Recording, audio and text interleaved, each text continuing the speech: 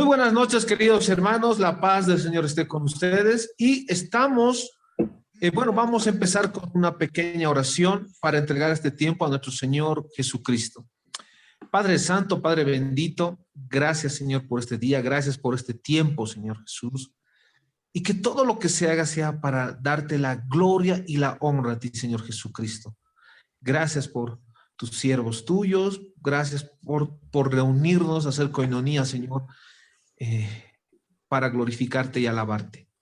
Gracias, Señor Jesucristo. Amén, amén, amén.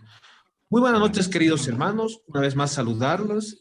Y estamos analizando una vez más la epístola de Hebreos. Y para esto quiero saludar al pastor Néstor Mercado y al pastor Ismael Cajal.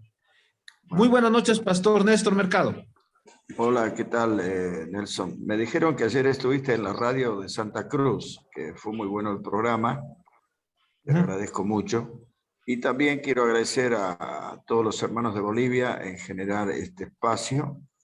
La epístola de los Hebreos es una epístola compleja, es una exhortación, dice. Y en esta epístola hay mucha gente que llega a conclusiones muy erradas, muchas posiciones antidoctrinales surgen de esta epístola.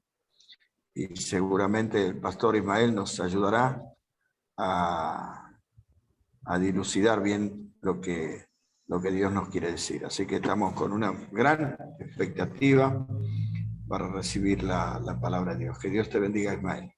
Gracias, Néstor. Bueno, empezamos la disertación. Sin más preámbulo. Pastor Ismael, bueno, empezamos. ¿Va a ser la misma, Ana? Sí, ya va a ser 20 minutos de exposición y 10 minutos de preguntas. Algo así es lo mismo, ¿no, pastor? Sí, mantenemos eso. Hoy va a ser un poco más intenso, pero ya mismo he tratado de buscar la forma más fácil de poder comprender esta parte que ahora es más pesada, digamos, y que ha generado, como decía el pastor Néstor, muchas controversias. Así que hoy las vamos a ver en forma sintética, las controversias, y por lo menos una miradita a algunas palabras del pasaje. Por supuesto que también tengo un pedido para la próxima semana.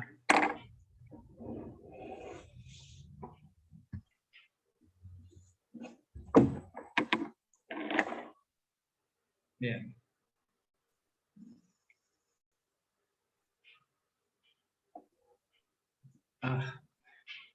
Esperen un segundo, porque...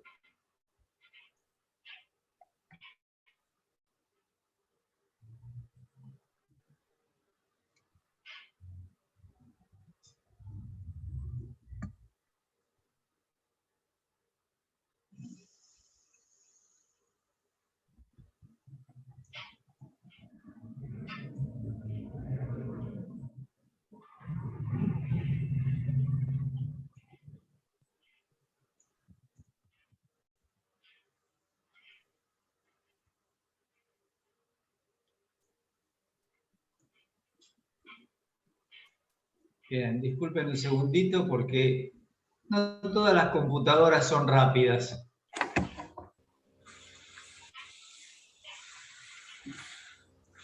Muy bien.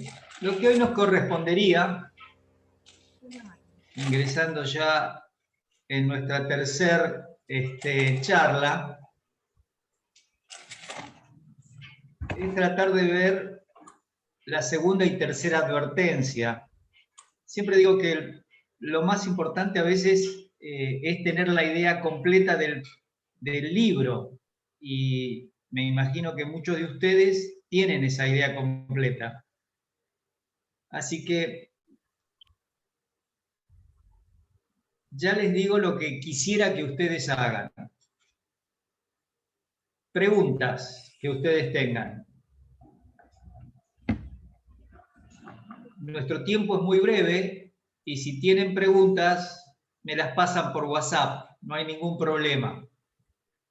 Segundo, me interesa, porque no los conozco, quizás hay algunas críticas importantes que puedan mejorar el compartir estos temas, o apreciaciones o sugerencias que ustedes tengan. Y no voy a preguntarte puntualmente en qué te habló el Señor, porque me parece que la palabra de Dios, como es viva y eficaz, siempre está hablando a todos nuestros corazones. Así que bueno, ahí tienen mi email, si por ahí tienen alguna pregunta más extensa en algún otro momento. Nosotros dijimos que como Cristo es superior en todo a la religión judía, habíamos visto que los creyentes de la iglesia confiamos en una Disculpe, persona pastor, superior. quedó todavía la presentación del explorador de archivos. No está saliendo la presentación. Yo estoy, ya lo tengo. O al menos yo no lo veo. Déjame ver por qué. En presentar el escritorio, probablemente haya que presentar la ventana activa. Dame un segundito. Ah, porque yo entré directamente en el pendrive. Ah.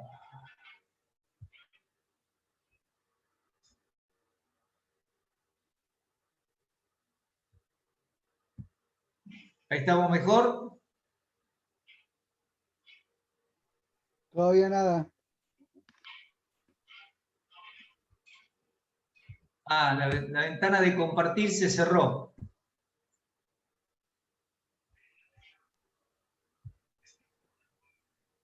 Hermana Ana. Ahí estoy de nuevo. Ya. Ahora sí.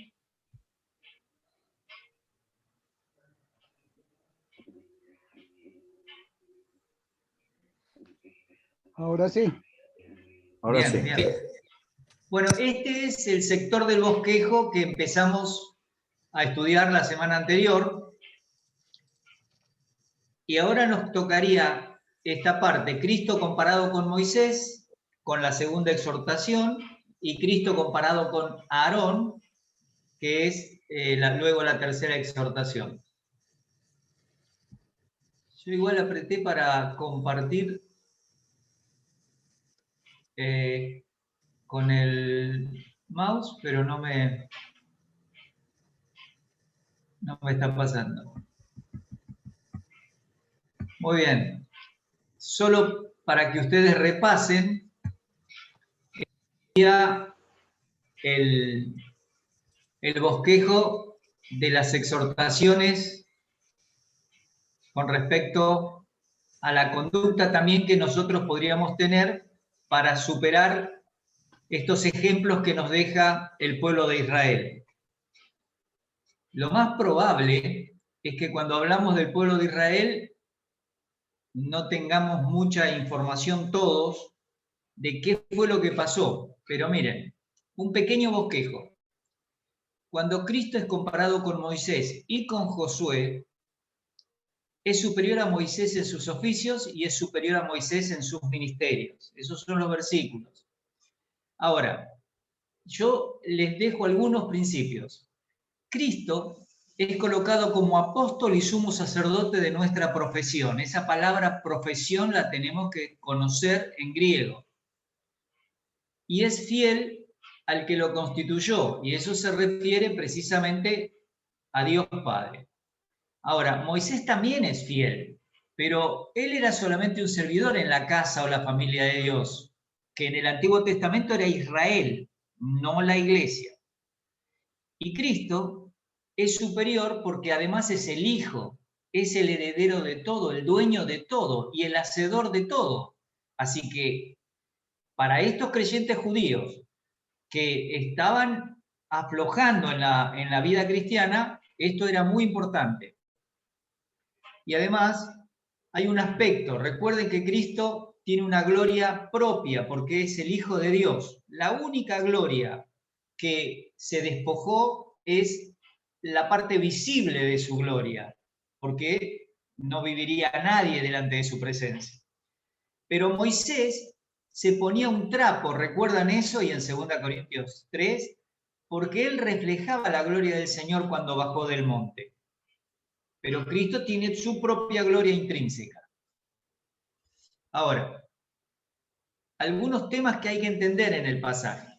El pueblo de Israel fue liberado de Egipto por la sangre del Cordero, ¿se acuerdan? En Éxodo 12.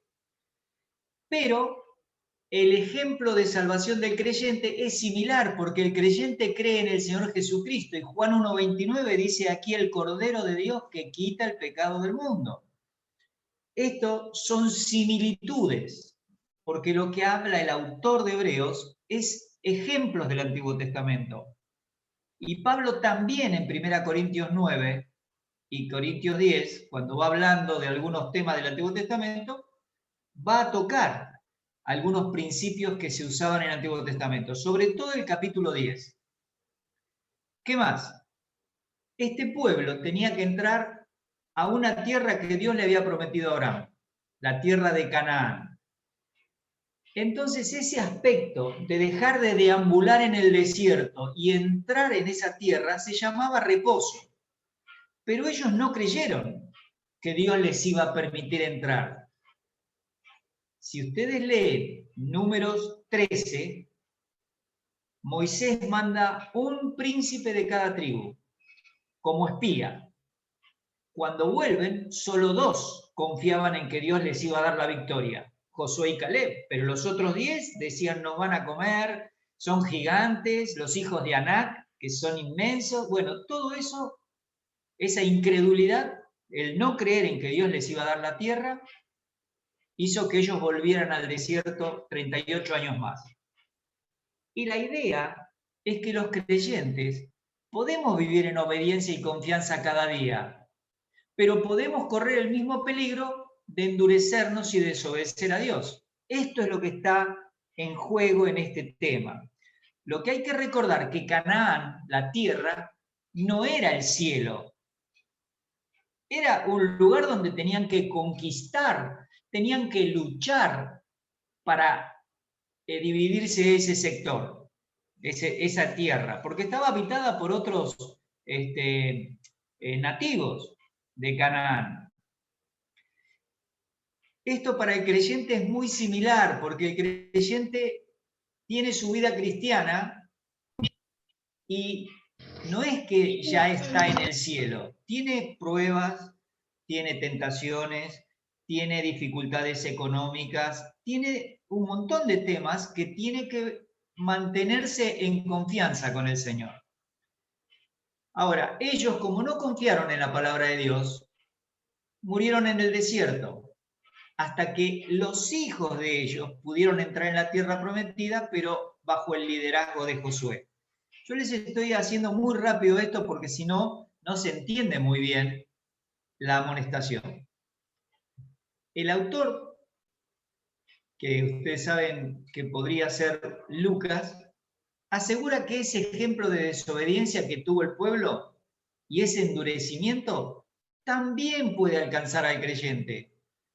Nosotros que hemos recibido a Cristo como Salvador, si no confiamos diariamente en la palabra de Dios y nos endurecemos, entonces estamos en el mismo ejemplo de desobediencia. Y vamos a ver las palabras reposo, que es un tema interesante. Solo 2 palabras vamos a encontrar aquí. Catapausis, que es algo que se hace cesar, algo que se descansa, se reposa. Y sabatismos, que es observar el día de descanso o de reposo relacionado con el sábado. Así que la primera palabra solamente tiene que ver con hacer cesar, reposar, no tiene que ver con el sábado. Pero el sabatismo era observar el día sábado, el día de reposo. Vamos a ver, para que lo entendamos mejor, según el contexto, 5 aspectos de esta palabra. Algo me pasó. A ver.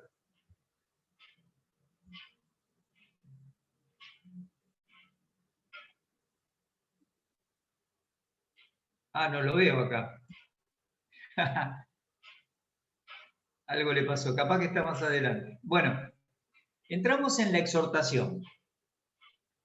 En el versículo 7, citando el Salmo 95, dice, por lo cual, como dice el Espíritu Santo, si oyereis hoy su voz, no endurezcáis vuestros corazones. Ahí la palabra es la misma palabra que el Señor utiliza para los apóstoles cuando les decía que estaban endurecidos sus corazones. Y utiliza el término que esto fue un día de provocación. Y la palabra para pricaos o pricasmo tiene que ver, si ustedes miran Hechos 8:23, ahí se le dice a Simón, ¿sí?, el ex mago que se había convertido, que estaba en espíritu de prisión, en hiel de amargura. ¿Por qué? Porque él se había convertido, se había bautizado, veía todo lo que enseñaba Felipe, pero tenía que venir Pedro para imponer las manos, porque ellos eran samaritanos donde estaban trabajando.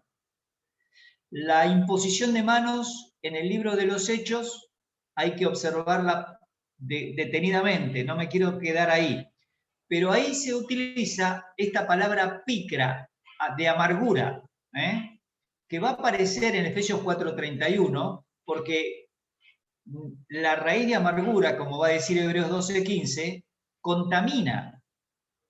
Y esta gente tenía esa actitud cuando estuvo en el desierto. En Santiago 3:11 también se nos habla de la lengua, ¿sí?, y de la sabiduría que es de lo alto. Y utiliza el término que eso fue un día de la tentación en el desierto. Ya peirasmo ya la vimos la vez anterior, así que no vamos a gastar mucho tiempo. Aparece otra palabra aquí, donde me tentaron vuestros padres, ¿sí?, que es de la misma palabra peirazo. Me probaron. Esta palabra doquimasía tiene que ver, si ustedes después leen los versículos, con probar para aprobar, con comprobar que ese metal es oro. Es una palabra que se usaba muy habitualmente en toda la orfebrería. Y Pablo la utiliza bastantes veces. En Santiago 1:3, la prueba es para aprobarnos, no es para que se transforme en una tentación y perdamos las coronas. Y en 2 Timoteo 2:15, cuando se habla de trazar rectamente la palabra de verdad, se utiliza la misma palabra. Así que este pueblo está en el desierto, pero es el pueblo de Dios. Por favor, no se olviden eso. Ahora, como ellos se endurecieron, entonces Dios dice, me disgusté contra esa generación. Y dije, siempre andan vagando en su corazón y no han conocido, y ahí la idea es que en sus cerebros, en sus mentes, no estaban los caminos de Dios. Estoy tratando de ir rápido para poder entrar en la parte más importante. Entonces, ¿qué es lo que Dios dice? Juré en mi ira, no entrarán en mi reposo. Reposo. El reposo era que llegaran a la tierra de Canaán, la tierra prometida. Y ahora nos dice el autor, mirad, hermanos, no está hablando en conversos como dijimos el primer día. Mirad, hermanos, que no haya ninguno de vosotros o en ninguno de vosotros corazón malo de incredulidad. La misma palabra que vimos hace ratito. Para apartarse. Y aquí sí se utiliza una palabra relacionada con apostasía. Porque la apostasía en la Biblia es tanto de aquel que no tiene el espíritu, que es un falso maestro, como en un creyente que se aparta voluntariamente. Esto va a sonar curioso, pero acá el texto está colocado en una llamada de atención a los creyentes. Por lo tanto, apostasía tiene las dos connotaciones. La palabra solamente significa darse vuelta, hacer una revuelta, pero se puede usar tanto para el creyente como para el incrédulo. Y utiliza la frase apartarse del Dios vivo. Esta palabra, Dios vivo, ténganla en cuenta porque el autor en Hebreos la utiliza. Fíjense en 9:14. ¿Cuánto más la sangre de Cristo, el cual mediante el Espíritu Eterno se ofreció a sí mismo sin mancha a Dios, limpiará vuestras conciencias? ¿Quiénes eran estos a los que le escribe? Creyentes. Pero estos creyentes tenían en su conciencia obras muertas. Entonces, el Espíritu Santo, cuando te lleva a la confesión, limpia tu conciencia para que puedas servir al Dios vivo. ¿Ves que la palabra utiliza Dios vivo nuevamente? Vamos a ver otro texto. 10:31. Horrenda cosa es caer en manos del Dios vivo. ¿Quién puede caer en las manos del Dios vivo? ¿Solo un creyente que va a ser disciplinado por su Padre Celestial? El inconverso está muerto en delitos y pecados. Por favor, hermanos, esto yo les quiero contar de dónde va a venir enseguida, pero esto no es de la Biblia, esto viene del arminianismo. Después podemos hablar de ese tema. Otro texto, 12:22. Sino que os habéis acercado al monte de Sión, a la ciudad del Dios vivo, Jerusalén la celestial, a la compañía de muchos millares de ángeles. Y 23 y 24 va a explicar que también están los santos del Antiguo Testamento, la iglesia, la sangre rociada que habla mejor que la de Abel. Esa es la Jerusalén celestial donde está nuestro Dios vivo. Y en 1 Tesalonicenses 1:9 utiliza una expresión para los creyentes, porque ellos mismos cuentan de nosotros la manera en que nos recibisteis y cómo os convertisteis de los ídolos a Dios para servir ¿a quién? Al Dios vivo y verdadero. La expresión Dios vivo es la relación de Dios con el creyente. Con esto ya tenemos que ir sacándonos de la mente la idea de que esta carta puede hablar de pérdida de salvación. Dice, antes exhortaos los unos a los otros cada día, entre tanto que se dice hoy, para que ninguno de vosotros, los creyentes a los cuales les escribía, se endurezca por el engaño del pecado. 14. Porque somos hechos participantes de Cristo, con tal que retengamos firme hasta el fin nuestra confianza del principio.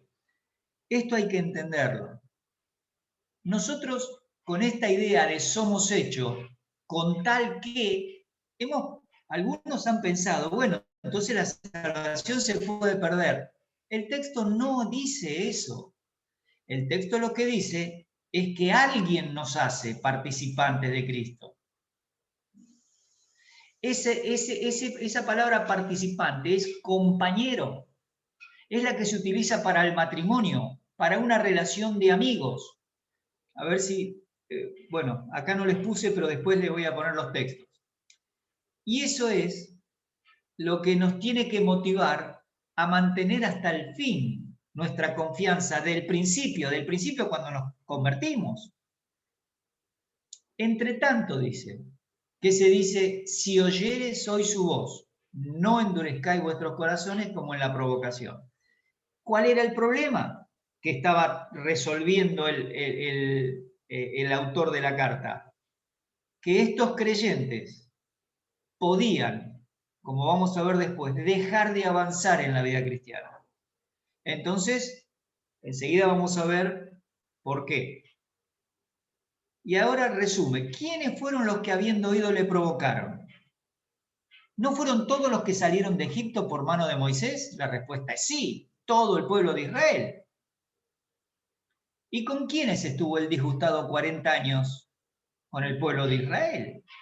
¿No fue con los que pecaron, cuyos cuerpos cayeron en el desierto? Sí, el pueblo de Israel. ¿A quiénes juró que no entrarían en su reposo, sino a aquellos que desobedecieron. Exacto, al pueblo de Israel, porque no quisieron subir y conquistar la tierra prometida. Y vemos que no pudieron entrar. ¿A dónde? A Canaán, a la tierra prometida. ¿A causa de qué? De incredulidad. Dudar de que Dios dice algo y lo va a cumplir, eso es incredulidad en la vida del creyente. Ahora, un bosquejo rápido. Aquí van a encontrar cómo se compara a Josué. En el capítulo, acá hay 4 indicaciones, ¿no?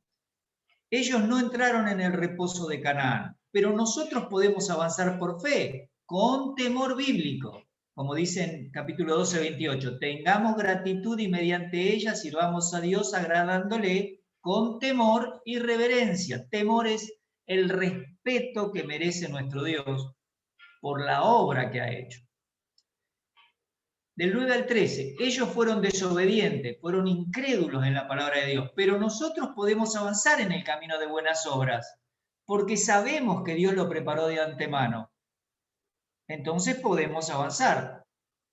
Ellos fueron desobedientes, nosotros podemos avanzar. Pero también podemos imitarlos. Y eso ya sabes, esas son las ideas de las amonestaciones, que no los imitemos. Que si oímos hoy su voz, no endurezcamos el corazón.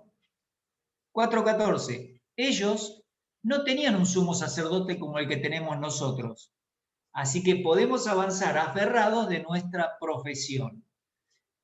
La palabra profesión ya la vamos a ver. Y del 15 al 16, ellos no tenían acceso a un trono de gracia como el que tenemos nosotros.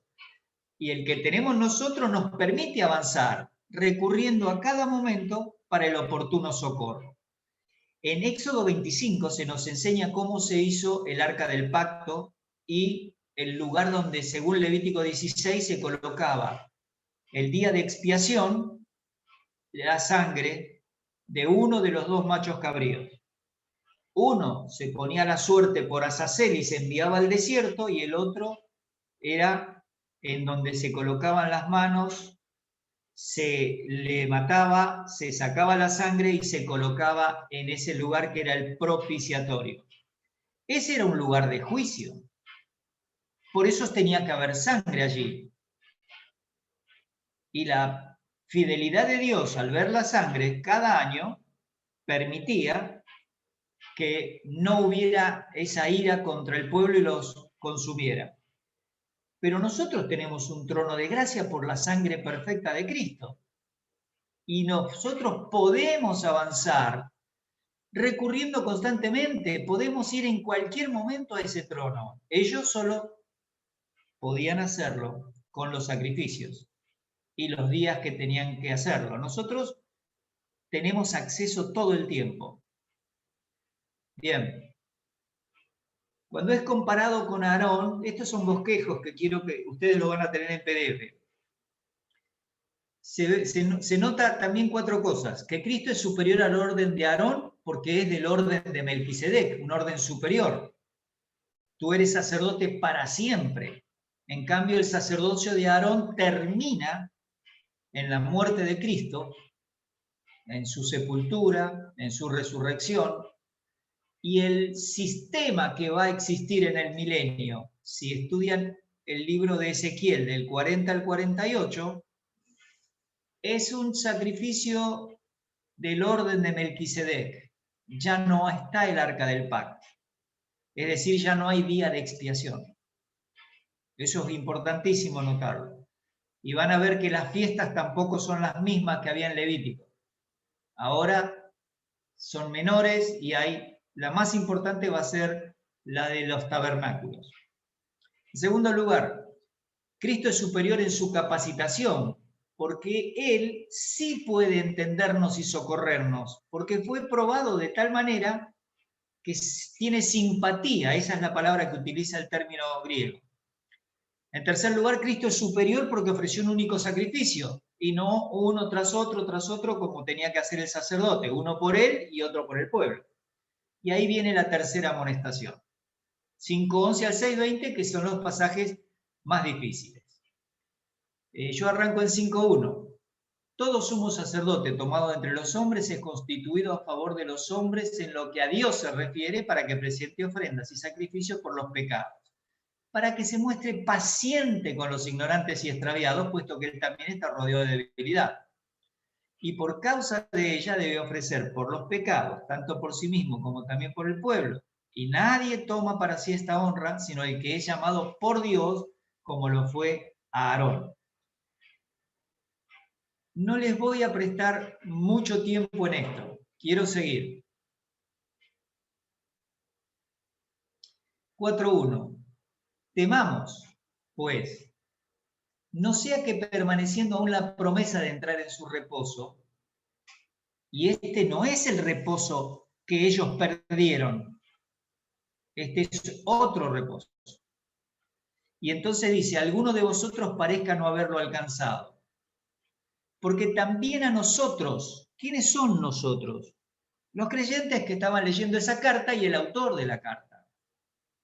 Se nos ha anunciado la buena nueva como a ellos.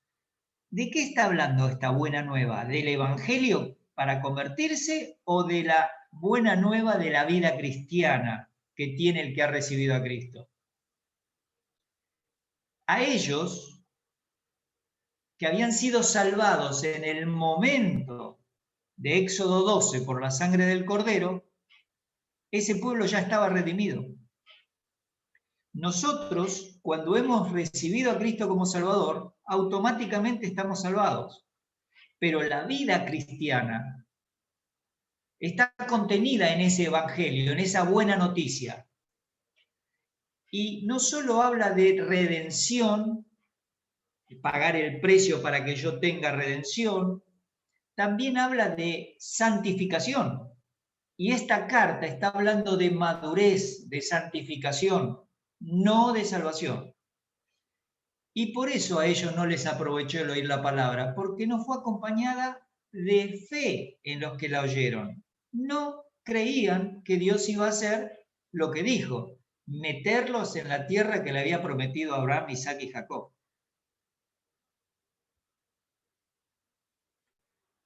Pero los que hemos creído, entramos en el reposo, de la manera que dijo, por tanto juré en mi ira, no entrarán en mi reposo. Aunque las obras suyas estaban acabadas desde la fundación del mundo. Aquí se relaciona con el descanso de Génesis 2.2. ¿Está bien? Y ese reposo que ellos no entraron era la tierra de Canaán. ¿Ven que son cosas diferentes? Porque en cierto lugar dijo así, del séptimo día, y reposó Dios de todas sus obras en el séptimo día, Génesis 2.2. Pero otra vez aquí dice, no entrarán en mi reposo. Por lo tanto, puesto que falta que algunos entren en él, y aquellos a quienes primero se les anunció la buena nueva no entraron por causa de desobediencia, eso está hablando del remanente de Israel que todavía no tiene una relación directa con Dios. Entonces Dios, ¿qué hace? Determina un día, hoy, diciendo después de tanto tiempo por medio de David, en el Salmo 95, como se dijo, si oyeres hoy su voz, no endurezcáis vuestros corazones. Acuérdense que salieron cerca del año 1500 de Egipto, y la conquista de la tierra duró cerca de 300 años. El tiempo que estuvo. ¿Cuándo entran en la tierra prometida? Aproximadamente en el año 1100. Así que pasaron muchísimos años, cuando ponen rey, en el año 1080, que empieza con Saúl. Entonces, esta gente ya estaba en la tierra prometida. Pero aquí se le pregunta a David, escúchame David, vos escribiste en el año 1000 este salmo, y ellos estuvieron en la tierra prometida en el año 1300. 1500 salieron, por ahí tenía la conquista. ¿Por qué hay otro tiempo de reposo? Porque si Josué les hubiera dado el reposo, no hablaría después de otro día de reposo. Este otro reposo es el milenio. Este es el tiempo donde el pueblo de Israel va a disfrutar de estar en la tierra prometida. Por tanto, queda un reposo, sabatismos, para el pueblo de Dios, pueblo de Israel. Pero también hay que recordar que en el milenio la iglesia ya está glorificada, cogobernando con Cristo, y sigue luego la eternidad. Porque el que ha entrado en su reposo, también ha reposado de sus obras como Dios de las suyas. Nos queda un reposo. Procuremos, pues, entrar en aquel reposo para que ninguno caiga en semejante ejemplo de desobediencia. Es decir, el creyente, una vez que es salvado, que recibe a Cristo como Salvador, empieza como hijo de Dios a crecer. ¿Y cuándo encuentra reposo? Cuando está en obediencia, cuando se mantiene en la comunión con Dios y en la obediencia y permanece firme, aun si vienen pruebas, aun si parece que es muy difícil, pero él dice, yo he confiado en ti, Señor, voy a seguir adelante, sigo. Porque la palabra de Dios es viva y eficaz, y más cortante que toda espada. Ahí les anoté que la palabra Mahairon es diferente de Rompaya, porque en capítulo 6 de Efesios se le dice al creyente que tome la espada del Espíritu, que es la palabra de Dios, pero usa Mahaira. Este es el texto bíblico que te sirve para tu problema. No es toda la escritura de tapa a tapa. Este es el texto específico para tu problema. ¿Recuerdan cómo el Señor utilizó la palabra de Dios en la prueba con que Satanás pensaba que lo iba a tentar? Cada vez que Satanás propuso algo, se usa un texto específico contra eso que está proponiendo. Y así es la escritura para nuestra vida. No te va a dar lo mismo leerte Levítico del 1 al 8 si tu problema es que estás con ganas de decir una mala palabra o robarle algo a un hermano. Tenés que tener el texto justo. Si vas a decir una mala palabra, ninguna palabra corrompida salga de vuestra boca, dice Efesios 4. Entonces, ese es el texto, esa es tu machaira o macaira. Si lo que vas a hacer es robar algo, te vas a acordar que dice Efesios 4, el que hurtaba no hurte más, sino trabaje para tener que compartir con el que padece necesidad. ¿Se dan cuenta? Así se usa la Biblia para la vida cristiana. Y penetra hasta partir el alma y el espíritu, las coyunturas y los tuétanos, y discierne los pensamientos y las intenciones del corazón. ¿Por qué le coloca este versículo aquí? Porque ellos no habían creído en la palabra de Dios. No estaban confiando, por eso no entraron a la tierra prometida. Y a nosotros los creyentes se nos pide lo mismo, confiemos, porque esta palabra es viva y eficaz. Cuando Dios habla, está dejándote un mensaje que vos tenés que obedecer. ¿Se entiende? Y no hay cosa creada que no sea manifiesta en su presencia. Antes bien, todas las cosas están desnudas y abiertas a los ojos de aquel, ese es Dios, a quien tenemos que dar cuenta. ¿De qué va a dar cuenta el creyente? De cómo caminó el camino de buenas obras. De por qué no quiso hacer las buenas obras que tenía preparadas de antemano para su vida. Vamos a dar cuenta de nuestro servicio, los que trabajamos en la obra. Pero todos los creyentes van a dar cuenta del camino de buenas obras. Y si ganan coronas, será para tirar a los pies de Cristo. No por mérito propio, es porque Él nos fortalece para avanzar. No debemos dudar de su palabra, porque es una espada cortante.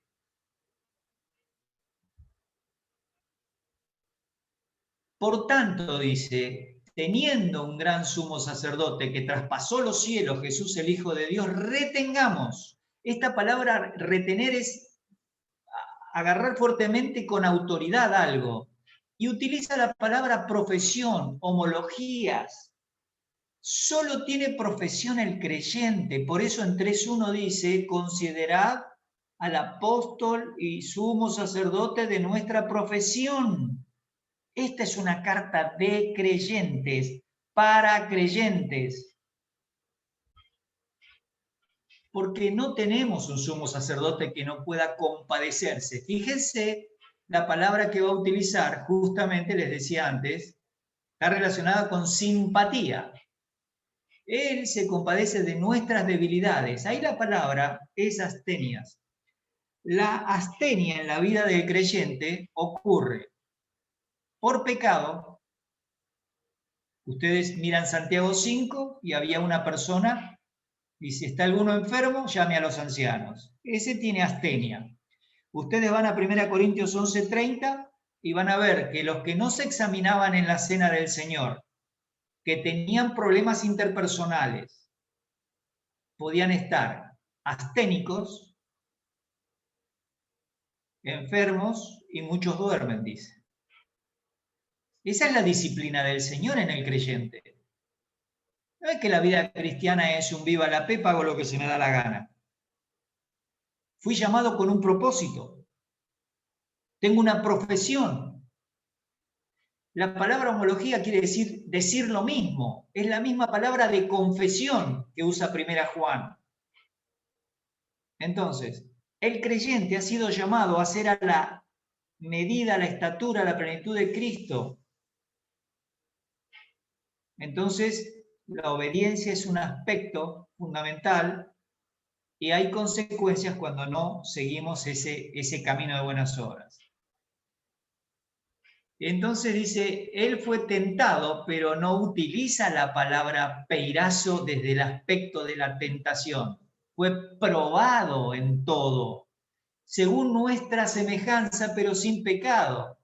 Y si la tentación sale de nuestra concupiscencia, como dice Santiago 1, está mal traducido cuando le decimos a Cristo que fue tentado. Porque él no tenía concupiscencia, no tenía padre humano. Acerquémonos, pues, confiadamente al trono de la gracia para alcanzar misericordia y hallar gracia para el oportuno socorro. Ahora nos tocaría las posiciones de este pasaje. Primero, algunos han pensado que describe el pecado de la apostasía, lo que quiere decir que los cristianos pueden perder la salvación. No, apostasía sí puede, pero perder la salvación no. Y eso lo tienen como precepto en su declaración de fe los arminianos, los que son de la escuela del pacto, la teología del pacto. La segunda posición es que describe a personas que eran casi salvas, pero que nunca llegaron a confiar en Cristo. Bueno, a esta gente se los llama cristianos nominales. Estas personas que interpretan de esta manera la Biblia, el libro de Hebreos, creen que las personas, cuando dice gustaron del don celestial, es solamente haber probado que las cosas de Dios son buenas. Bueno, hay que explicarle a estos hermanos que el gustaron, que se usa en el capítulo 2 con respecto a Cristo, dice que gustó la muerte. Así que él probó un pedacito de la muerte y no murió. Bueno, eso es una aberración. Eso sucede porque leemos en castellano e interpretamos en castellano. Y necesitamos, por lo menos, tener un interlineal que nos ayude. Y si no sabemos mucho, buscar hermanos que nos den una mano. Porque enseñar la Escritura es una responsabilidad. Fíjense qué tan grande es esa responsabilidad. Que Santiago dice, no os hagáis maestros muchos de vosotros sabiendo que recibiremos mayor condenación. Ahí la palabra no es condenación, es examinación, juicio. En 1 Corintios 3, del 11 al 17, están discutiendo entre si soy de Pablo, si soy de Apolo, si soy de Cefas, y él dice, ninguno de ellos murió por ustedes.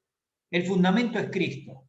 Ahora, cada uno de nosotros, Pablo, Apolo, Cefas, tenemos que mirar cómo sobreedificamos la vida de ustedes, porque ustedes son el templo de Dios. Y si alguno de nosotros los hace de inferior calidad enseñándoles mal la Escritura, el día va a declarar esa obra. La correcta doctrina es plata y piedras preciosas. La incorrecta doctrina es madera, heno y hojarasca. Cuando el día la declare, el día de Cristo, el fuego va a probar lo que hemos hecho enseñando de la forma en que lo hicimos, y si permanece, porque era oro, plata y piedras preciosas, tendremos recompensa. Ahora, si se llega a quemar todo eso, somos salvos aunque así como por fuego. ¿Se dan cuenta la importancia de una correcta enseñanza? Tercero, describe el ejemplo de la disciplina de Dios sobre sus hijos, ejemplificada con el pueblo sacado de Egipto, pero no tiene nada que ver con la pérdida de salvación, sino con la pérdida de recompensas y de gozo en la vida cristiana. Y eso es estar dentro del calvinismo. Podremos ser infralapsarios, sublapsarios, supralapsarios, pero estamos dentro del calvinismo. Creemos en los decretos divinos de una forma bíblica. En cuarto lugar, estas dos posibilidades no están muy aceptadas, pero algunos dicen que describe un posible pecado de los judíos en ese tiempo únicamente, porque estaba en pie el templo y los sacrificios. No hay mucha base. Y el otro es que describe un caso hipotético, solamente para atemorizar, pero que no podría suceder. La verdad que estas dos posturas, 4 y 5, no tienen mucha aceptación. Generalmente, la mayoría de los comentarios que ustedes van a leer son o arminianos o calvinistas. La mayoría son arminianos, creen en la predsalvación.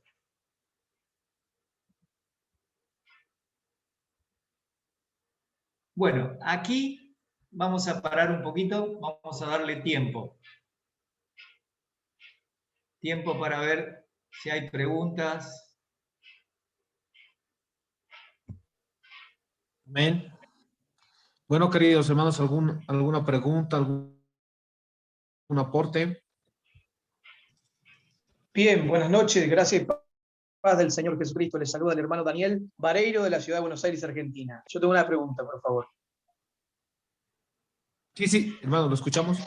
Bien, ¿cómo un falso maestro puede apostatar? ¿Cómo un hermano puede apostatar? Esa parte no la comprendí muy bien.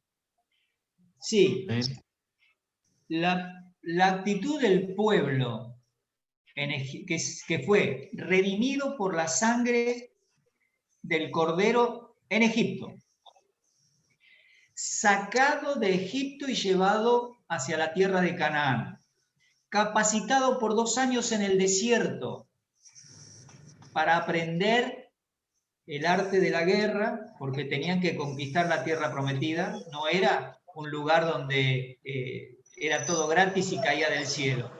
Pero durante el tiempo del desierto, ese pueblo se mantuvo con la nube de día para que el sol no los lastimara y la columna de fuego de noche.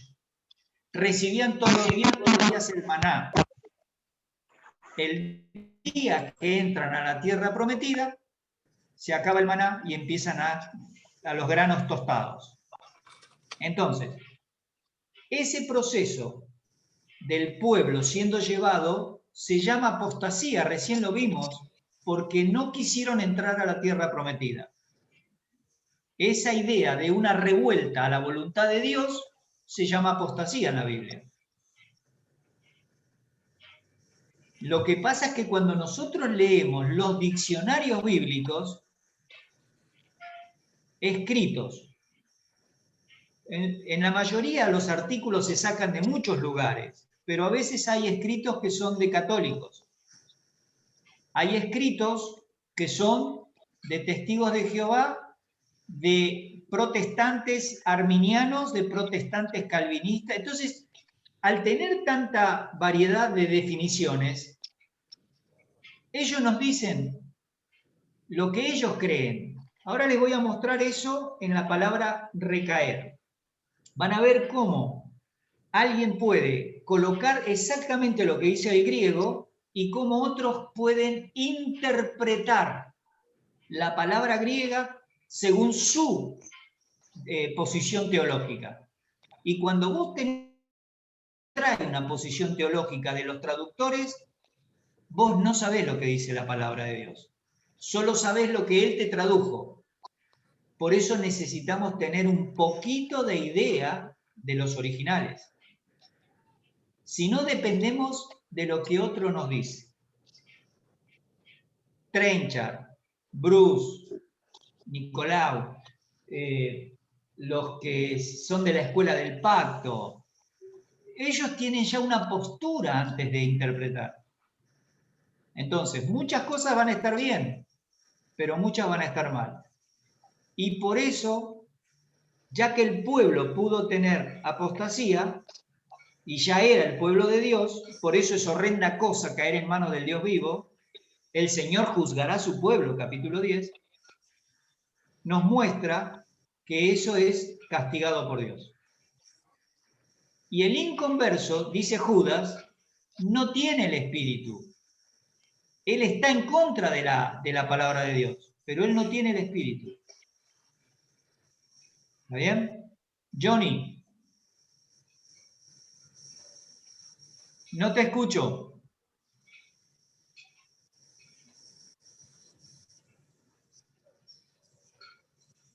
A ver si los puedo tener a todos. Hola, ¿me escucha? ¿Alguna otra pregunta? Johnny estaba ahí preguntando algo, pero no pude. Lo perdí. O de repente nos puede mandar en forma escrita. Sí. Bueno, ¿alguna otra pregunta, queridos hermanos, para ir avanzando? Un pedido nada más, si puedes tocar en la diapositiva 55, no alcancé a tomar nota de la última línea que estaba marcada nada más. Ahora después te mando el PDF. Bueno, gracias.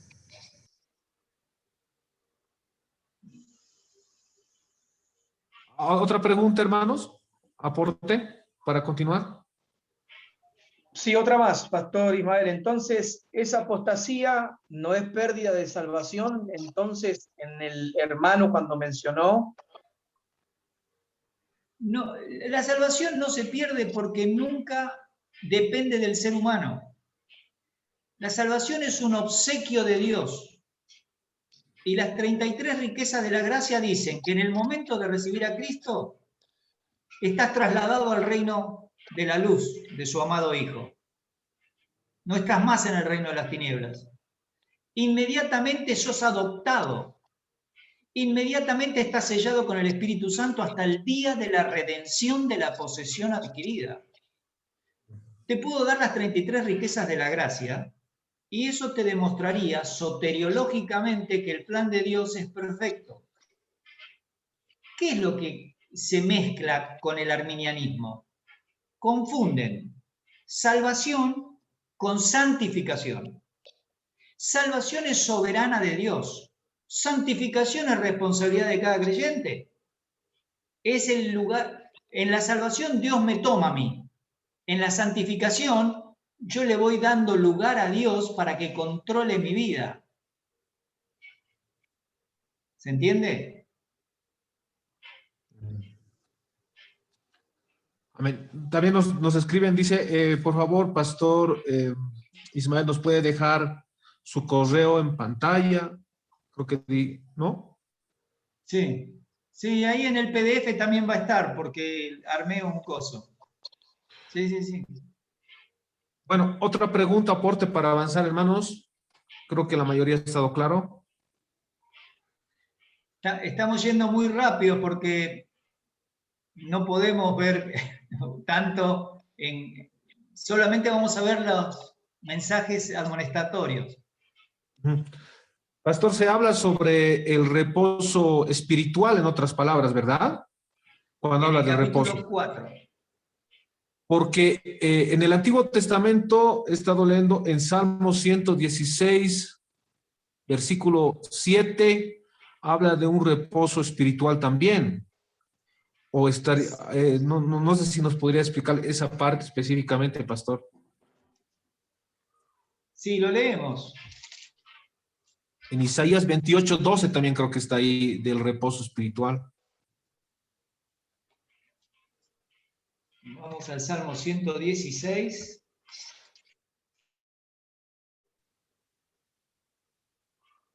Ese es un reposo diferente, el del Salmo 116, porque está hablando del alma de David, ¿sí? El alma de este creyente del Antiguo Testamento, que le dice: vuelve, oh alma mía, a tu reposo, porque Jehová te ha hecho bien. Ese es un reposo simplemente del Antiguo Testamento, no tiene que ver con el Nuevo Testamento. Por eso siempre tenemos que separar judíos, gentiles e iglesia. Lo que pasa, Pastor Nelson, es que se nos ha enseñado desde el protestantismo, recuerden siempre que eso salió del catolicismo. Como el catolicismo desde el IV siglo ya colocó la idea de que la iglesia reemplazó a Israel, uno agarra Salmos, Proverbios, Isaías y cree que todo eso es para nosotros, la iglesia. No, toda la escritura es inspirada por Dios, es útil, pero yo tengo que recordar que esta persona estaba bajo la ley mosaica. La bendición a su vida era por obediencia y el castigo disciplina por desobediencia. Pero hay algunos salmos que me muestran el corazón de esa persona, que está pasando un problema, y capaz que yo también estoy pasando un problema. Entonces miro el ejemplo, cómo David le dice a su alma: volvé a tu reposo porque Dios contestó tu oración o te quitó este problema. Y no hay que olvidarse que el Salmo empieza diciendo: amo a Jehová, pues ha oído mi voz y mis súplicas. Es decir, en los Salmos vamos a ver esa relación con Dios. Él me responde, yo lo amo. Él me bendice, yo quiero servirle más. Bajo la gracia, 2 Corintios 12, Pablo dice: frío, persecuciones, desnudeces, cárceles, azotes. Y sobre mí, dice, se agolpa la preocupación por las iglesias. Ahora, él dice que tuvo hambre, sed, frío. Bueno, Deuteronomio 28 para el pueblo de Israel le aseguraba que nunca iban a tener esos problemas si estaban dentro de la ley. Claro, pastor, la pregunta iba porque en esa etapa de esa dispensación, Sí. por supuesto que estaban en la ley mosaica, pero la intención iba, la pregunta, en que si estaba profetizado en esa dispensación, que iba a haber un reposo espiritual. Porque John MacArthur maneja por lo menos esos términos de reposo espiritual. En Colosenses 16, ¿cómo? Eso es lo que explicábamos recién cuando dijimos que había un reposo que se lo iba a dar Josué. Pero el pueblo dijo: no voy. Y tuvieron que morir en el desierto. Pero dice que después, unos 300 años después, David escribe y dice que hay un reposo para el pueblo de Dios, pero es el del Salmo 95. Claro, esa pregunta le hacía a Pastor, porque esto ya para terminar, porque en Colosenses 2:16 dice que nadie te juzgue por comida, por bebida o por día de reposo. Sabemos que hoy hay falsas doctrinas donde, por ejemplo, voy a ser claro, los adventistas te hablan te hablan que está en los mandamientos cumplir el día de reposo. Exacto. Ahora, hasta donde yo sé, y hasta donde he ido también leyendo, entiendo que el día de reposo en los mandamientos, en esa etapa de la dispensación, empieza desde el viernes en la noche. Y no he visto ningún adventista congregarse viernes en la noche. Entonces, por ahí iba la pregunta, pastor. Sí, bueno, ellos sacaron eso de los judíos. No es que ellos encontraron algo, digamos, en la Biblia que dice que tiene que ser así. Ellos se aferraron a la ley mosaica y desde el viernes a la noche con la primera estrella hasta el sábado a la tarde con la última estrella, guardan el día de reposo. Pero ellos guardan el día de reposo. Nosotros estamos hablando del término reposo en cuanto a un aspecto de lo que Dios reposó el séptimo día, cesó de crear. Otro aspecto, la tierra de Canaán. Ese era el lugar de reposo para Israel. No quisieron entrar, murieron en el desierto. David en el Salmo 95 dice, queda un reposo. Es futuro, va a estar en el milenio, cuando todo el pueblo vuelva y esté en Israel. Y el concepto que nosotros estamos viendo es que la misma palabra se puede utilizar de acuerdo al contexto en diferentes formas. Pero son, digamos, a diferencia de esta gente que guarda un día de la semana, son aspectos espirituales. ¿Está bien? No es que guardamos un día.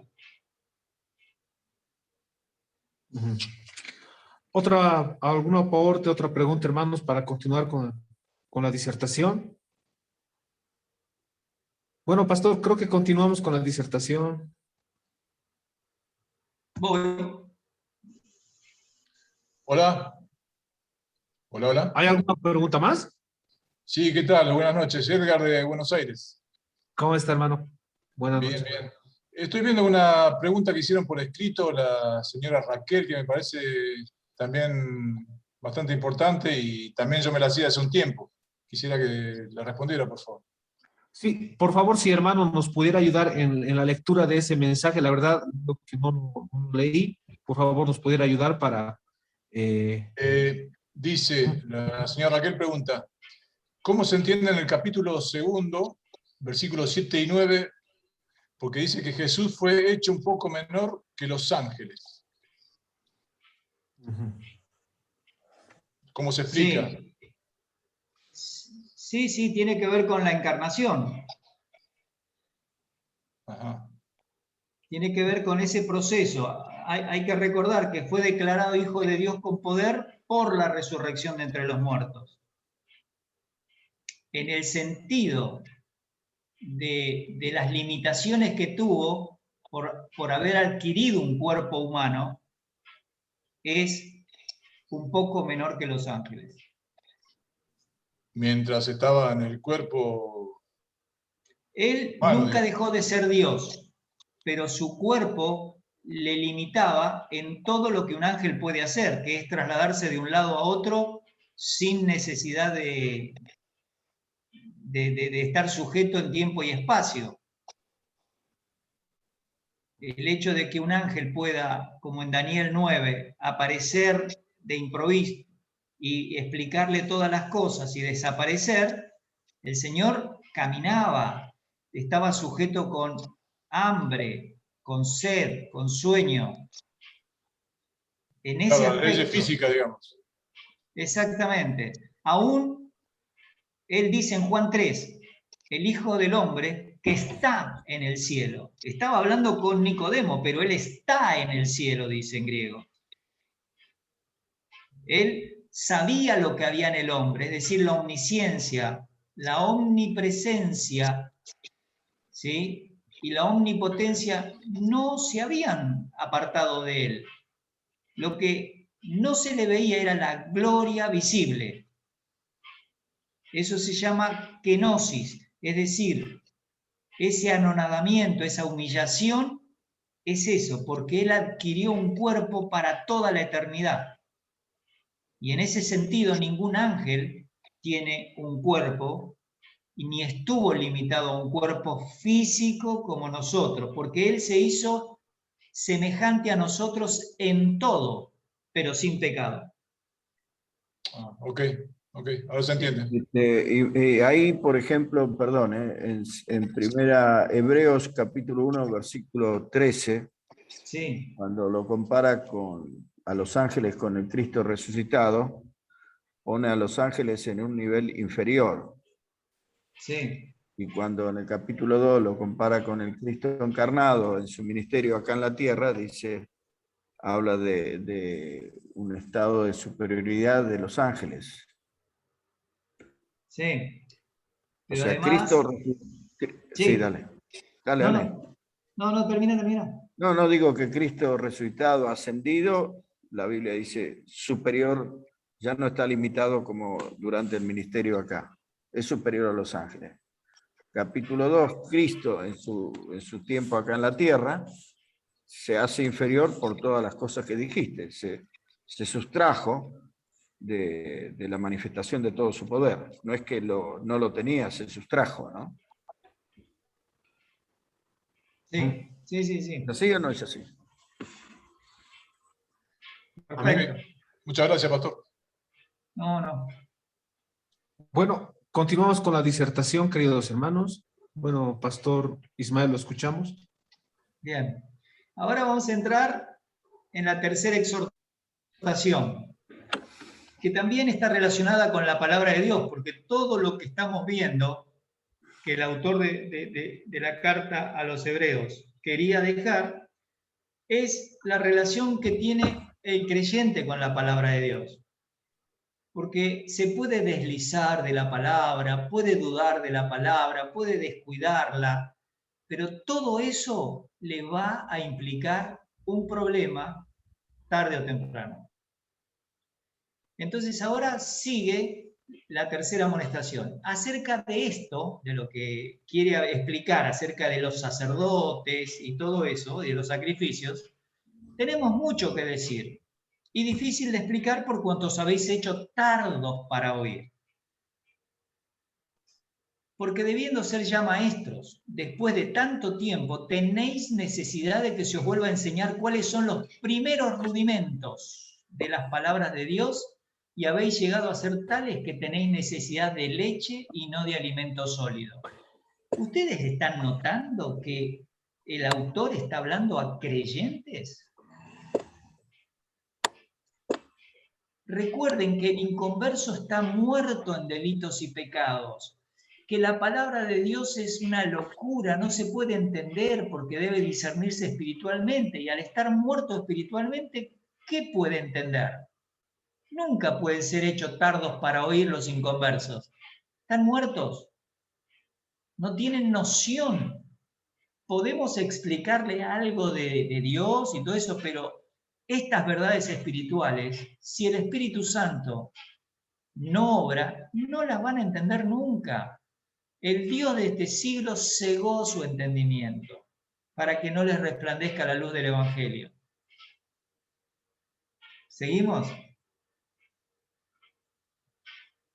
Y todo aquel que participa de la leche es inexperto. Ustedes se deben estar acordando que la palabra leche aparece en la carta de Pedro en el capítulo 2, diciendo que deseen como niños recién nacidos la leche espiritual no adulterada, porque ella es la que nos permite crecer. Así que tenemos aquí a una persona inexperta en la palabra de Dios.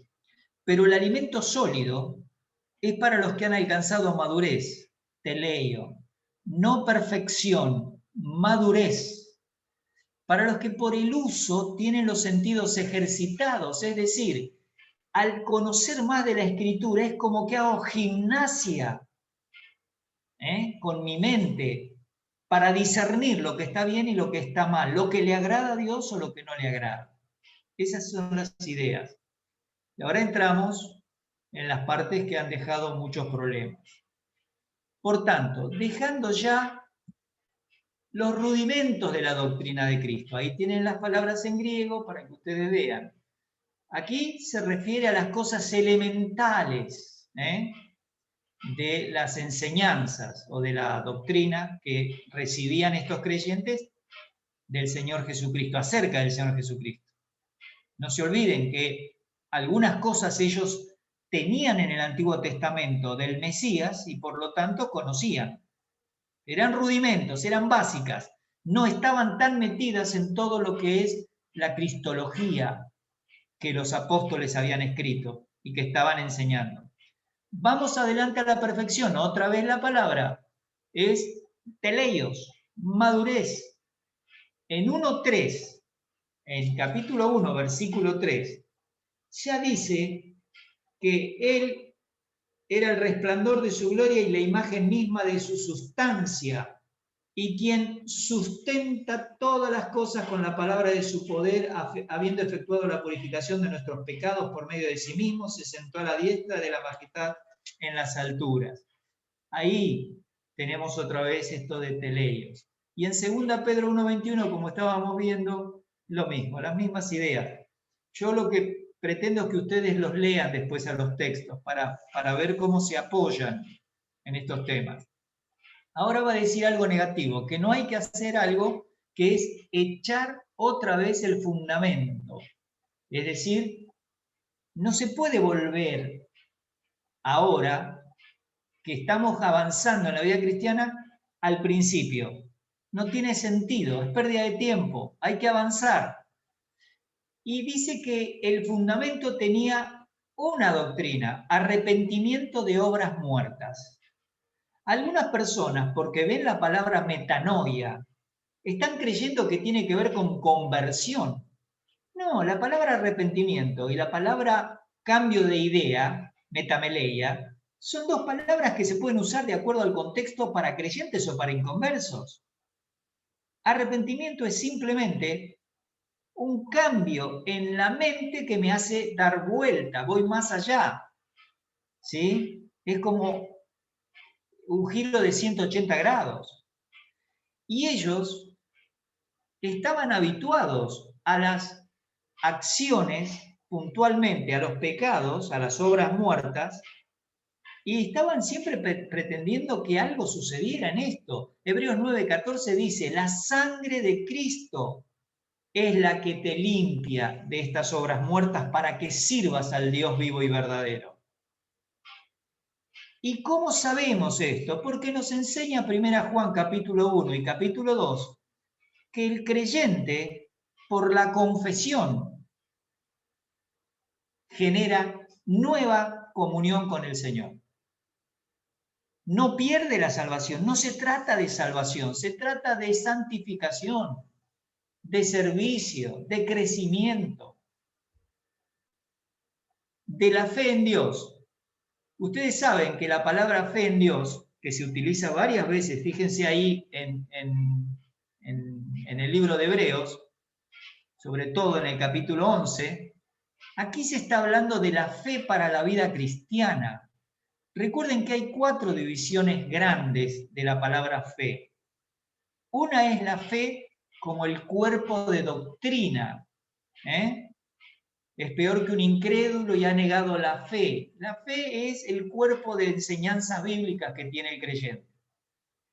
Otra palabra fe está relacionada con la fe para salvación. Efesios 2:8 y 9. Eso es un regalo de Dios. Eso es lo que te da la posibilidad de ser salvo después que el Espíritu te convence de pecado, de justicia y de juicio. Después tenés la fe, que tenía que ver con el don apostólico y el don que se daba en la iglesia de Corinto, por ejemplo, como un carisma, que era el don de fe.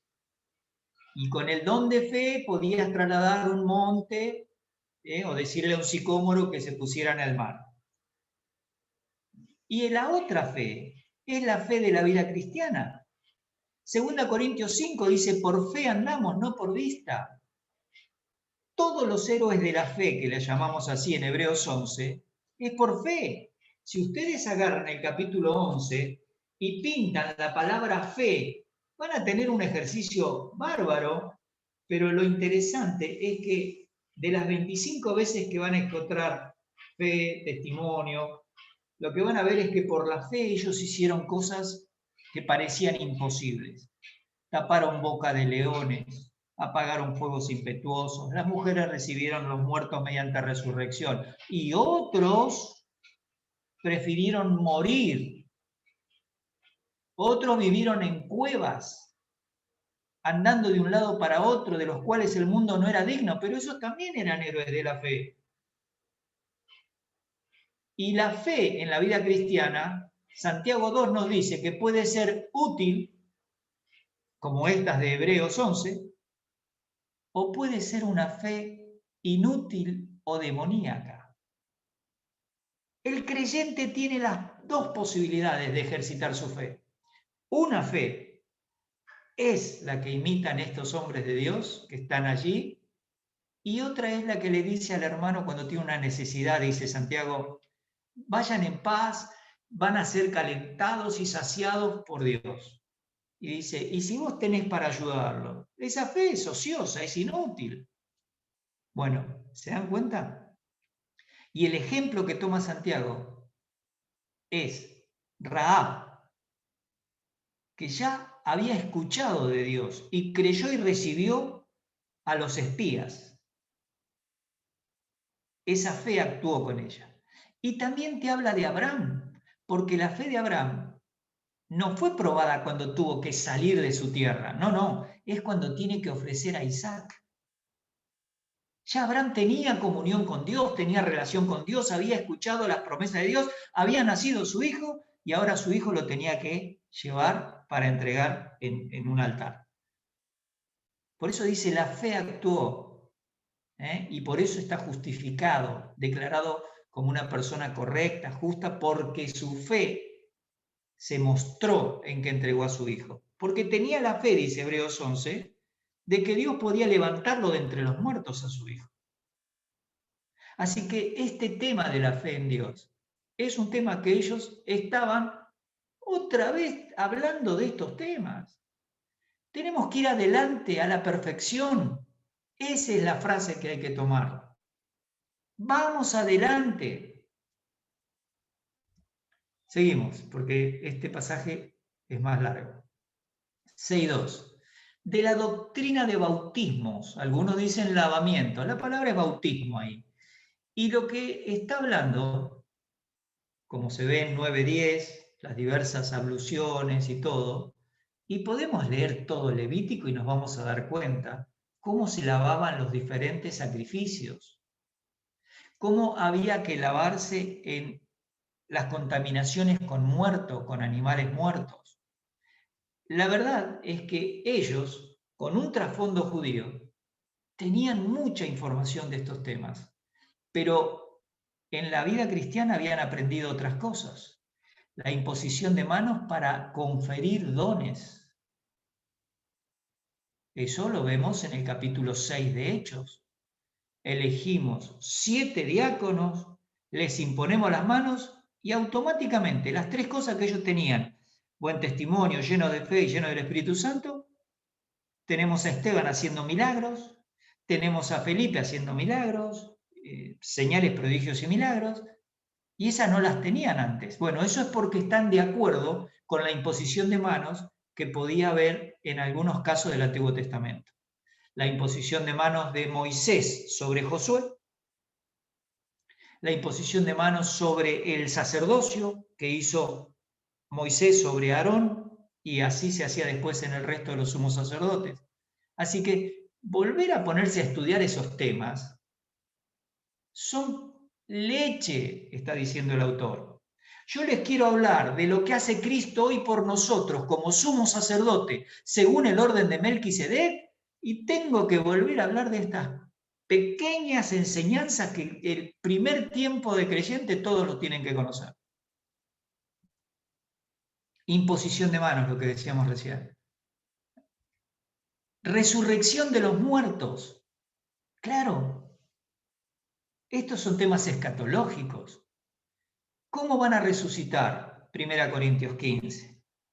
Necio, lo que tú siembras, no se vivifica si primero no se muere. Bueno, todas estas cosas, ¿cuándo resucitan los santos del Antiguo Testamento? ¿Cuándo resucitan los creyentes que pertenecen a la iglesia y ya se murieron? ¿Cuándo van a resucitar los muertos de la segunda muerte? ¿Qué va a pasar? Bueno, en el juicio del trono blanco. Todos esos temas es leche. Claro, muchos de nosotros diríamos, bueno, para mí no es leche porque yo necesito estudiar más. Bueno, está bien, pero esta gente conocía bastante. Y del juicio eterno, es decir, obviamente se refiere a eso que va a ser la separación final entre todos los elegidos por Dios, que van a estar para la eternidad con Él, y todos los que desde Adán en adelante nunca tuvieron una relación con Dios, que van a estar en el juicio del gran trono blanco. Y esto haremos. También se coloca el autor en esto. Si Dios en verdad lo permite. En 1 Corintios 14:34, esta palabra, epitrepo, quiere decir, no permito a la mujer enseñar, igual que en 1 Timoteo 2:12. Es decir, si Dios nos concede, nos permite seguir avanzando, es lo que quiero hacer con ustedes. Quiero seguir enseñándoles cosas. Y ojalá que podamos hacerlas juntos. Y ahora viene la parte que ha generado más dificultad. Porque es imposible. Es decir, no hay posibilidad, poder, fuerza. Y acuérdense, el versículo 6, hay que asociar esto, que es imposible que estas personas que rechazan caminar como Dios quiere sean renovados para arrepentimiento. De estas personas está hablando Hebreos, de estos creyentes que tenían que avanzar a la madurez. Bueno, si ustedes no quieren avanzar a la madurez, entonces sepan que es imposible que la conducta que ustedes estén llevando de endurecimiento les permita ser renovados para arrepentimiento. ¿Van viendo este tema? ¿Les surgen preguntas? Vayan anotando. Dice, es imposible que los que una vez fueron iluminados. Fíjate en 10:32. En 10:32 vuelve a repetir la misma palabra. Fíjense que yo trato de no salir mucho de Hebreos para que ustedes se acostumbren a repasar en el mismo libro las palabras griegas que son las que nos dan un poco de entendimiento. En este caso, la palabra iluminación, gracias a Dios, no está traducida diferente. Dice, pero traed a la memoria los días pasados en los cuales después de haber sido iluminados, sostuvisteis gran combate de padecimiento. Ciertamente, una parte, con vituperios y tribulaciones fuisteis hecho espectáculo, y por otra, llegasteis a ser compañeros de los que estaban en una situación semejante. Iluminación no tiene el inconverso. Efesios 4:17 le dice Pablo a los creyentes, no anden como los gentiles que andan en la vanidad de su mente, teniendo el entendimiento entenebrecido. Los creyentes no son iluminados. Los inconversos no son iluminados. Solamente los creyentes pueden ser iluminados. Iluminados para entender la Escritura e iluminados para darse cuenta de la voluntad de Dios. Por eso, si vos te endureces contra la Escritura, entonces no hay posibilidad de que te renueves para arrepentirte. Pero si vos dejás que la Escritura haga su obra en tu corazón y vas a confesar al Señor lo que sabés que no quiere que suceda en tu vida, que Dios pretende que vos estés en comunión y en servicio, que cumplas esas tres funciones para las cuales quedás en la tierra, hacia Dios adorarlo, hacia los hermanos edificarlos y hacia los inconversos evangelizarlos. Esas tres funciones son las que tenés que tener siempre presente. Gustaron del don celestial. ¿Ven lo que les decía antes? En capítulo 2, versículo 9 se nos dice que Cristo gustó la muerte para salvar una multitud de personas elegidas por Dios. Y fueron hechos partícipes del Espíritu Santo. La primera frase, fueron hechos, quiere decir que no dependió de la persona. Y es obvio, el Espíritu Santo no te lo ganás, no es que vos lo pedís y Dios te lo da. En el momento de creer estás sellado con el Espíritu Santo. Formás parte. Esa palabra, metojo, es la palabra compañero que estuvimos viendo que tenemos con Cristo. Es la misma palabra aquí. Sos un compañero del Espíritu Santo.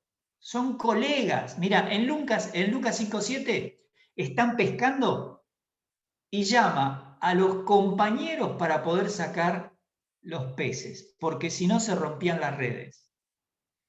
En Hebreos capítulo 1, en el versículo 9, se está hablando de Cristo ungido entre los reyes. Dice, con óleo de alegría más que tus compañeros. Los que participan del reinado era en ese caso. En 3.1 está hablando del Señor Jesucristo y ¿qué le dice? Hermanos santos, participantes del llamamiento celestial, considerad al apóstol y sumo sacerdote de nuestra profesión. En el 14, porque somos hechos participantes de Cristo, con tal que retengamos firme hasta el fin nuestra confianza del principio. En 6.4 vuelve a aparecer y la estamos leyendo. Y en 12.8, para que lo recordemos, dice, pero si se os deja sin disciplina, de la cual todos han sido hechos participantes, entonces sois bastardos y no hijos.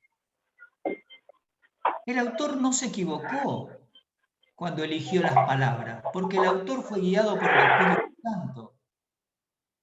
El Espíritu Santo es el que escribe la Biblia, tomando personas. Y la inspiración es la exactitud con que está escrita lo que Cristo quería que se escriba. Entonces, estas frases no describen inconversos, describen creyentes. Si leen Gálatas 3, les pregunta, ¿recibieron el Espíritu por creer o por las obras de la ley? No, cuando creímos. Bueno, Romanos 8 lo mismo, Efesios 1, 13, 14, que habiendo oído la palabra de verdad del Evangelio de vuestra salvación y habiendo recibido, creído en Cristo, fuisteis sellado con el Espíritu Santo de la promesa. 4:30, sellado con el Espíritu Santo hasta el día de la redención de la posesión adquirida. Ser hecho partícipe, compañero del Espíritu Santo es estar sellado. Es tener el Espíritu Santo hasta el día que estemos en la presencia de Dios. Por eso, si uno entiende estas verdades, se da cuenta que no puede creer en la pérdida de salvación. Y yo sé que se enseña mucho, pero eso no es un problema de los pastores. Es un problema de la literatura con la cual se les adoctrina, que es arminiana, que es protestante. Ahí está el factor. Y por eso demostramos con esto que los creyentes ya no tenemos dones dorean, como Efesios 4:11, apóstol, profeta, pastor, maestro y evangelista. No, porque esos dones fueron dados al principio, se escribió la Escritura, se completó la palabra de Dios y hoy juntamos 5 pastores, un pastor vamos a decir que sea de los bautistas, otro que sea de la iglesia anglicana, otro que sea pentecostal, otro que sea adventista, y agarramos un pasaje y no nos ponemos de acuerdo, porque depende de dónde estudiamos. Entonces, no está más ese don, dorean, que era impartirle una información soberanamente desde el lado de Dios y la persona nunca había ido a un seminario. ¿O ustedes creen que Pablo fue a un seminario? Los apóstoles no entendían, Mateo 18, que era decirle a la iglesia que este hermano no quiere arreglar su problema con este otro hermano. Y ese era el tercer paso antes de considerarlo gentil y publicano. ¿Qué es la iglesia? Cuando Cristo le dice a Pablo en el capítulo 16 de Mateo, sobre esta roca edificaré mi iglesia, pero tú eres Petros, una piedrita, movible, pero sobre esta Petra lo que acabas de decir de mí, que yo soy el Hijo de Dios, bueno, sobre esto voy a edificar la iglesia. Entonces, nos toca estudiar porque lamentablemente nosotros no tenemos esas características que tuvo la iglesia del primer siglo y que fue desapareciendo una vez que la Biblia se completó. 6.5. Otra vez la palabra gustaron de la buena palabra de Dios. Aquí utiliza el término grema. Dos palabras se usan, logos y grema, pero son intercambiables, no hay gran diferencia. En Santiago 1:21 la palabra es implantada y eso nos hace conocer más de Dios. En Colosenses 3:16 se nos dice que tiene que morar en abundancia en nosotros para que nos podamos exhortar, amonestar, ayudar mutuamente. Y en 1 Pedro 1:23, obviamente, la misma idea. Nosotros tenemos que utilizar la Escritura para edificarnos mutuamente. Cuanto más conocemos de la Escritura, mejor es nuestra adoración. Cuando estudiamos teología propia, podemos saber adorar. Cuando evangelizamos y usamos los textos correctamente, estamos haciendo la parte que el Espíritu Santo puede usar con comodidad. Si yo a alguien que le quiero testificar, le digo, quiero que sepas que yo la verdad que era adicto y me iba a morir y un día supe que Dios me amaba y entonces mi vida cambió. Tengo vida eterna. No le presenté el plan de salvación. No le conté 1 Corintios, capítulo 15. No le dije que Cristo murió por nuestros pecados conforme a las Escrituras, que fue sepultado y que resucitó conforme a las Escrituras, y que si yo lo recibo como mi Salvador personal, me perdona los pecados, me da vida eterna y se transforma en alguien que vive en mí. Ese es un plan de salvación que el Espíritu usa cómodamente.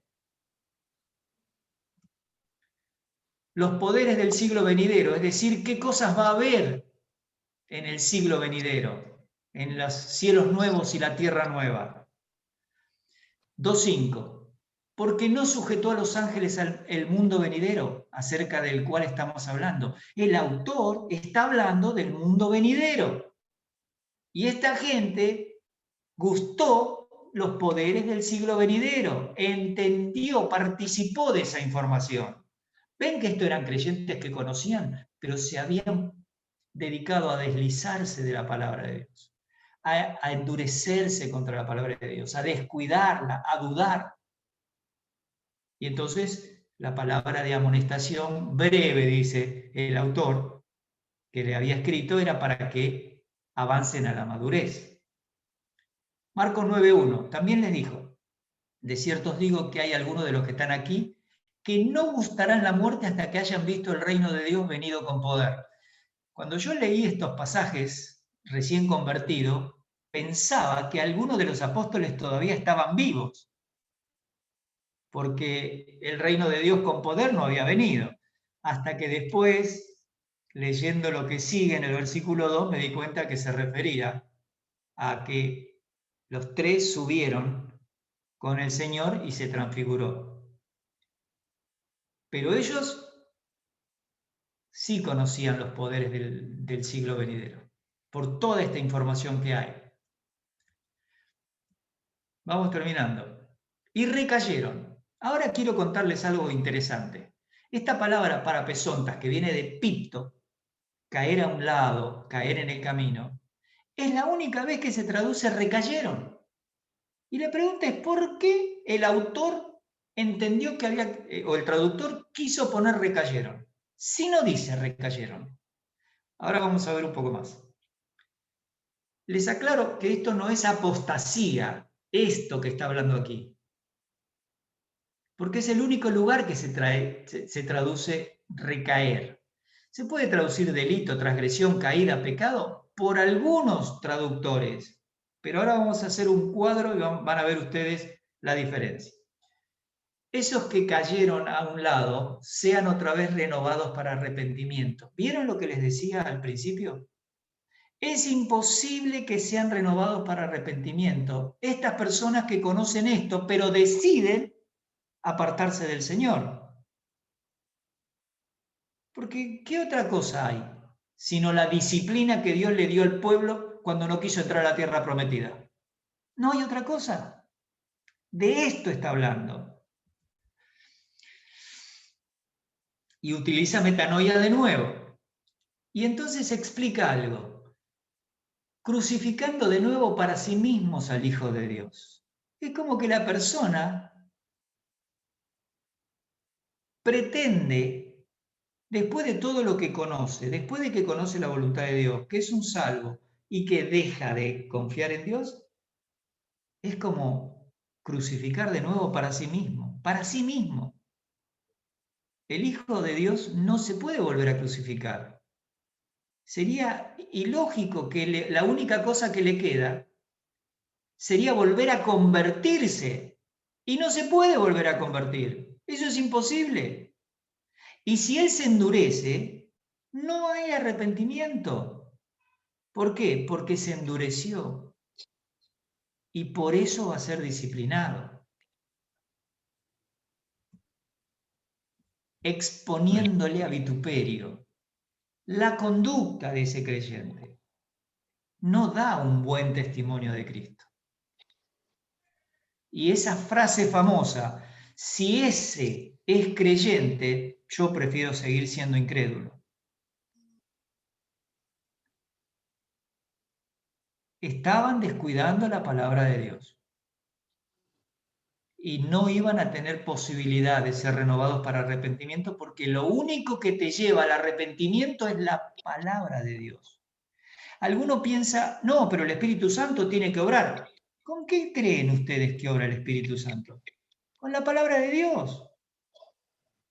El Espíritu Santo no viene y se para delante tuyo y te escribe en un pizarrón qué tenés que cambiar. Es lo que vos conocés de la Escritura lo que va transformando tu mente. Eso usa el Espíritu Santo. Bien. Quiero que vean Strong cómo hace la traducción de esta palabra pipto. Y ahí tienen las veces que aparece. Caer, golpear, fallar, caer, caer abajo, caído, caer. ¿Sí? ¿Ven eso? Ahora les quiero mostrar a otros traductores. Uno que se llama... Perdón, pastor, ya nos pasamos 10 minutos. Bueno, lo dejo aquí. Hacémelo ya, porque se está bajando gente. No, yo ni lo vi, no veo a nadie. Bueno, se cumplió el tiempo, queridos hermanos. Gracias, Pastor Ismael Cajal. Gracias, Pastor Néstor Mercado. Y nos estaríamos despidiendo. Amén. Sí, terrible. No se olviden que... Pastor Ismael, dígame. Que terrible, digo, porque era lo más comprimido posible, pero cuesta mucho. Sí, sí, es real, pero bueno, el siguiente jueves acompáñanos, queridos hermanos, pastores, y bueno, realmente edificados, y bueno, hasta el siguiente jueves nos vemos, queridos hermanos. Hasta luego, Pastor Ismael, hasta luego, queridos hermanos, hasta luego, Pastor Néstor Mercado. Que Dios lo bendiga a todos. Muchas gracias. Chao, hermano. Amén. Un abrazo para todos. Chao. Chao, chao.